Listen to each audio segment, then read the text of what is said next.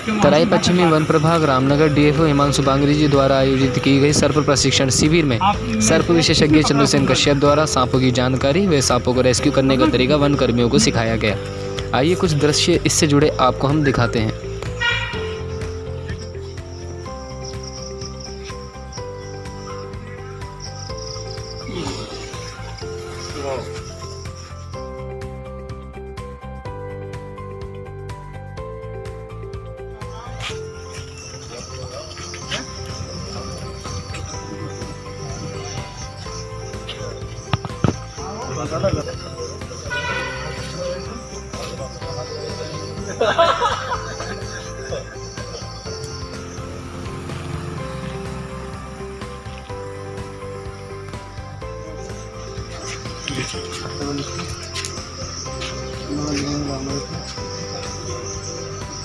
सबसे पहले राकेश कुमारी लिखा आपने?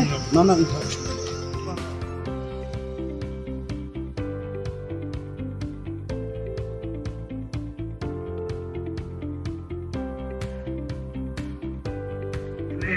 सर का आपसे संपर्क हुआ तो उसके बाद निर्णय लिया गया कि कार्यशाला और जिसे आगे भी चलाया जाए। तो आज जो बतौर एक्सपर्ट हमारे बीच में है श्री चंद्रसेन कश्यप जी, सर्प विशेषज्ञ बतौर एक्सपर्ट हमारे बीच में उपस्थित हैं। तो एक कार्यक्रम आरंभ करने की मैं मंच पर आमंत्रित करूँगा मिराज सर को कि आप कार्यक्रम का उद्घाटन। और डीएफओ साहब की ये इच्छा थी कि जितने भी लोग इस रेस्क्यू के मिशन में लगे हुए हैं, ये एक बहुत ही महत्वपूर्ण काम है जिसको हम कभी कभी बहुत ही लड़की के साथ ही इनको सुरक्षित जो है इनके वास स्थल में, जो इनका नेचुरल वास स्थल है, उसमें इनको छोड़ देना। जिन सांपों को एक कीड़ों का रूप दिया जाता था, आज उनकी कदम उठा लिया गया है। मैं बार बार धन्यवाद करूँगा अपने इस विभाग का। और बहुत अच्छी वाली बात कही है अभी कि हम ज्ञाता नहीं है, कल है। मुझसे ज़्यादा जानकारी आपको भी होती है। हमारे सती जी भी हैं, बहुत अच्छे ज्ञाता हैं, बहुत अच्छे कार्य करते हैं। और हमारे प्रतिधारी भी, ये भी बेचारे रात रात अपना जीवन संकट में डालते जाते हैं। एक चेक वाला, एक एकदम चॉकलेटी कलर का। इन दोनों में क्या फ़र्क है? चीज़ एक ही है, परंतु दोनों को देखिएगा आप कि जब चेक रहो माधव अपनी हरकत दिखाएगा, लेकिन रसल वाइपर को लोग क्या करते हैं, इस तरीके से उठा लेते हैं। रसल वाइपर के अंदर इतनी ताकत है कि वो लटकेगा नहीं, वो सेकंड के हिसाब से पंप कर देगा और झटक से काटता है। अभी एक वीडियो वायरल हुई, आपको देखा होगा कि उसने जब पकड़ा था तो यहाँ उसको दावा और एक साइड पकड़ रहा है, एक साइड पकड़ रहा है और पूरी तरीके से घटना कर दी। जब किसी के साथ में घटना होती है तो सबसे बड़ी बात ये, उसको होपलेस नहीं होना चाहिए। आप देखते होंगे, आपको सब अच्छा खासा ज्ञान है कि सांप ने काट लिया और हमने कहते हैं सांप ने काट लिया, परंतु कौन से सांप ने काटा उसको पता नहीं चलता। इसीलिए निशानों से पता चलता है। टॉफन ज़्यादा करता है। कोबरा साइकोलॉजी इतना होता है, वैसे कोई भी सांप काटेगा साइकोलॉजी उसको नींद आने लगती है। एक नींद आना जम्बाई आना होता है, एक नींद आंखें भारी होती हैं। परंतु आंखें भारी होने के उपरांत भी उसको ऐसा लगेगा जब ये पुतली भारी होने लगेंगी। रसल वाइपर की पहचान ये है और करेत की पहचान भी, दोनों की एक है। जब वो अपने बाल नोचने लगेगा तब उसका दुश्मन इंसान है, सांप दुश्मन नहीं है। भाई बंदे पकड़ते हैं तो आप देख लीजिएगा, जैसे पाइथन कोबरा को सबको नीचे से पकड़ते हैं, लेकिन रसल वाइपर के दांत इतने हैवी होते हैं कि अगर हमने ज़्यादा जोर से दबाया तो वो दांत पार कर देगा। कोबरा से दुगनी होती है, अपने मांस के अंदर पार कर देते हैं। ये मैंने पिछली बार भी बात बताई थी। और जहर अधिक मात्रा में अपने मांस के अंदर भी छोड़ देता है। जैसे कि आज अभी हम आपको दिखाएंगे कि गोल्डन कैट स्नेक मिलते हैं। कैट स्नेक बहुत मिलते हैं, लेकिन गोल्डन प्रजाति का मिला है अभी सुबह ही। ये दहशत के मारे लोग क्या करते हैं कि अपना जीवन बचाने के लिए सांपों का जीवन छीन लेते हैं। इसी कारण हमने अपनी सोच लिया है, जिसके लिए हम घर घर जाकर के लोगों की सहायता में सहयोग प्रदान करते हैं। और वन विभाग भी इन चीज़ों में आकर्षित होता है। वन विभाग का कहना है, साथ ही हमारा कहना है कि आप किसी भी वन्य प्राणी को ना मारें और सांपों को ना मारें। यदि किसी के घर में भी सांप निकल जाए, अचानक धोखे से घुस जाए, तो सूचना दें तत्काल अपने वन विभाग से जुड़े लोगों को, के वन विभाग के अधिकारियों को या सेव द स्नेक सोसाइटी से जुड़े लोगों को, जिससे कि लिए हम लोग सांपों की मदद कर सकें, सांपों की जान बचा सकें और साथ ही कोई घटना होने से भी बचा सकें। जैसे कि मैं आपको बता दे रहा हूँ कि सांप, लोग भयभीत होकर के भगवान को प्यारे हो जाते हैं, मौत के घाट उतर जाते हैं, लेकिन ऐसी कोई बात नहीं, ये विषैला नहीं होता। और हर जगह नदी के किनारे, यहाँ तक कि नाली के किनारे से घुसकर आप लोगों के घरों में, खेतों में आदि स्थानों पर आ जाए। यह सांप पीले रंग का होता है और इसके ऊपर काले रंग का चेक होता है।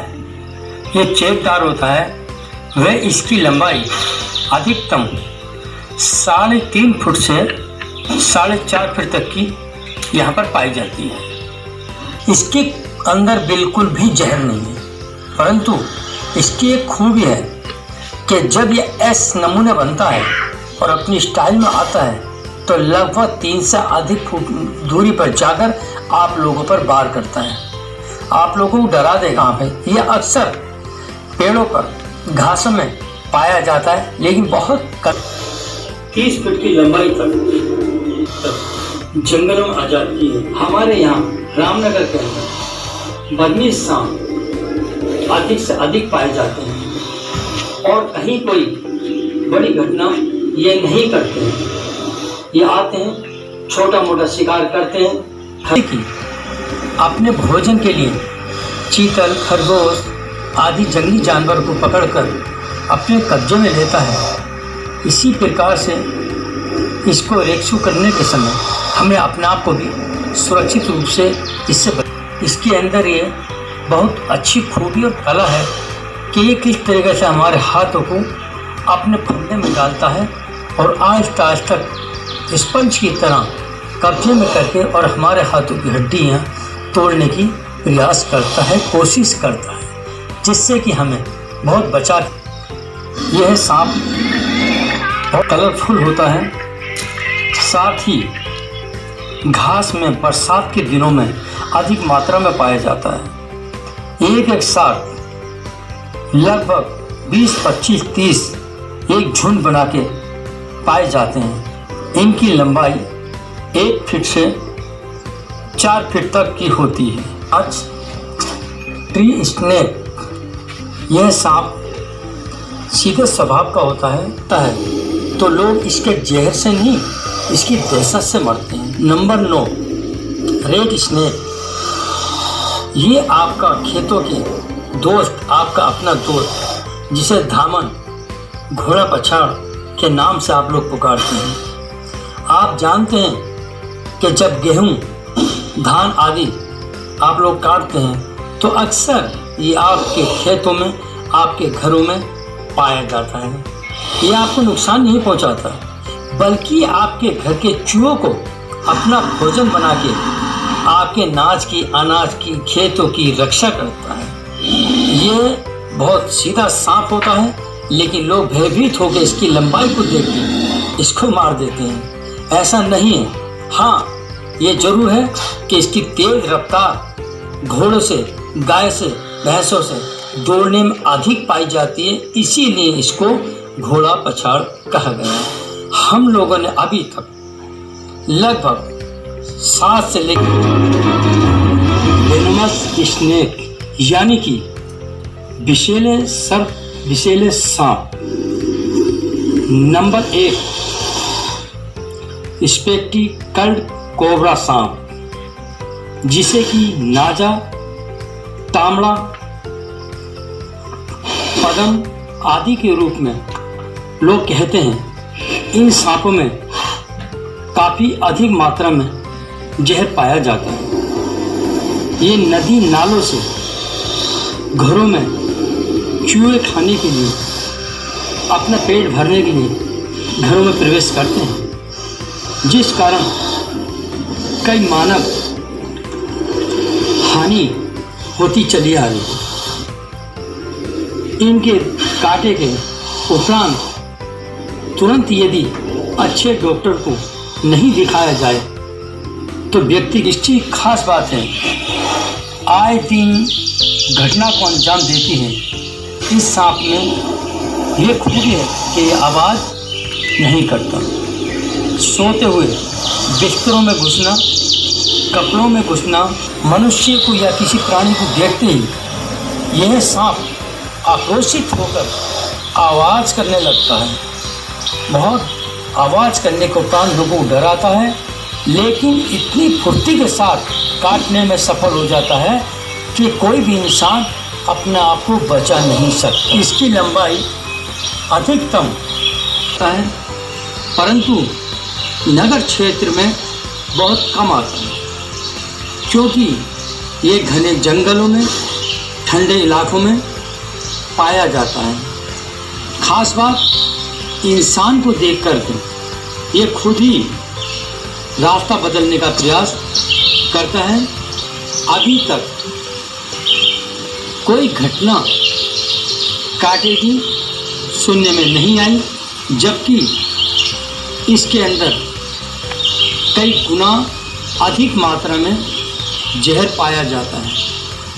यहाँ तक कि ये ज़मीन से लगभग 3-4 फीट ऊंचा उठकर लोगों को डराता है और किसी को कब्जा नहीं देता है। ये सांपों को खाकर अपना पेट भरता है। जंगल में घनी झाड़ियों बैम्बू पिट वाइपर, यह भी ग्रेन सांप झाड़ियों में जड़कर पाया जाता है, परंतु इसका जहर कोबरे की तरह हो जाती है। नंबर 7, साउथ स्कैल्प वाइपर, यह सांप पेड़ों पर अधिक मात्रा में पाया जाता है, परंतु जितना छोटा कर उतना ही विषैला। इसमें भी जहर अधिक मात्रा में पाया जाता है और ये ज़्यादा अधिक लंबाई में नहीं।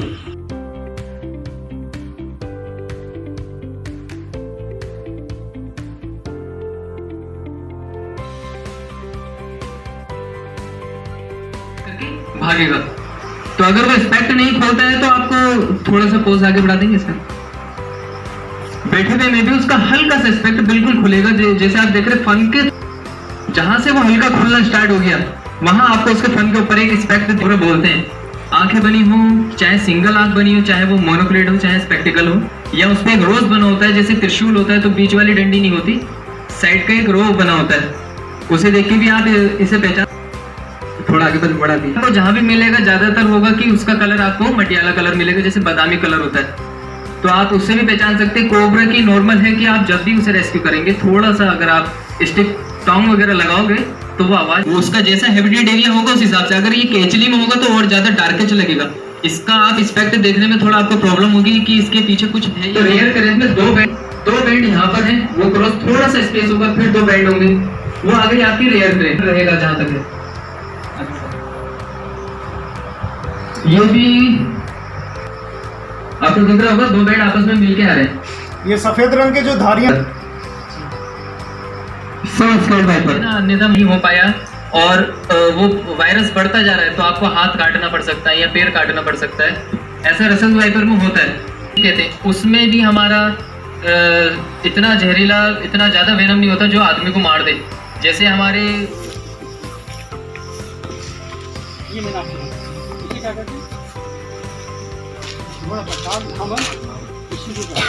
आप लोग किसने पकड़ा है?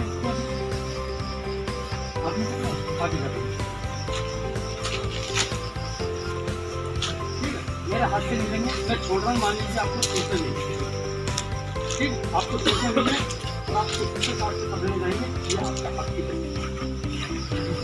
छोड़ लो, आप स्टिक से पकड़ते हैं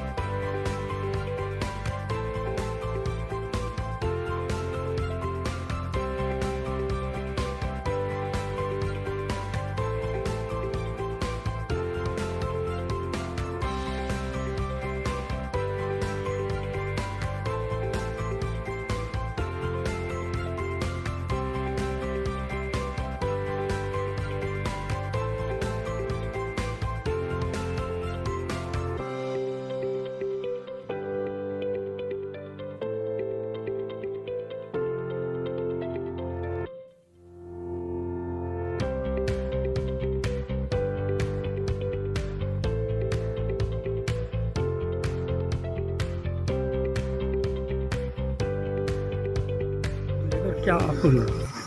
जी, जैसा कि आप जानते हैं अभी बरसात का मौसम चल रहा है और इस मौसम में ही आबादी क्षेत्रों में सांप काफ़ी निकलते हैं।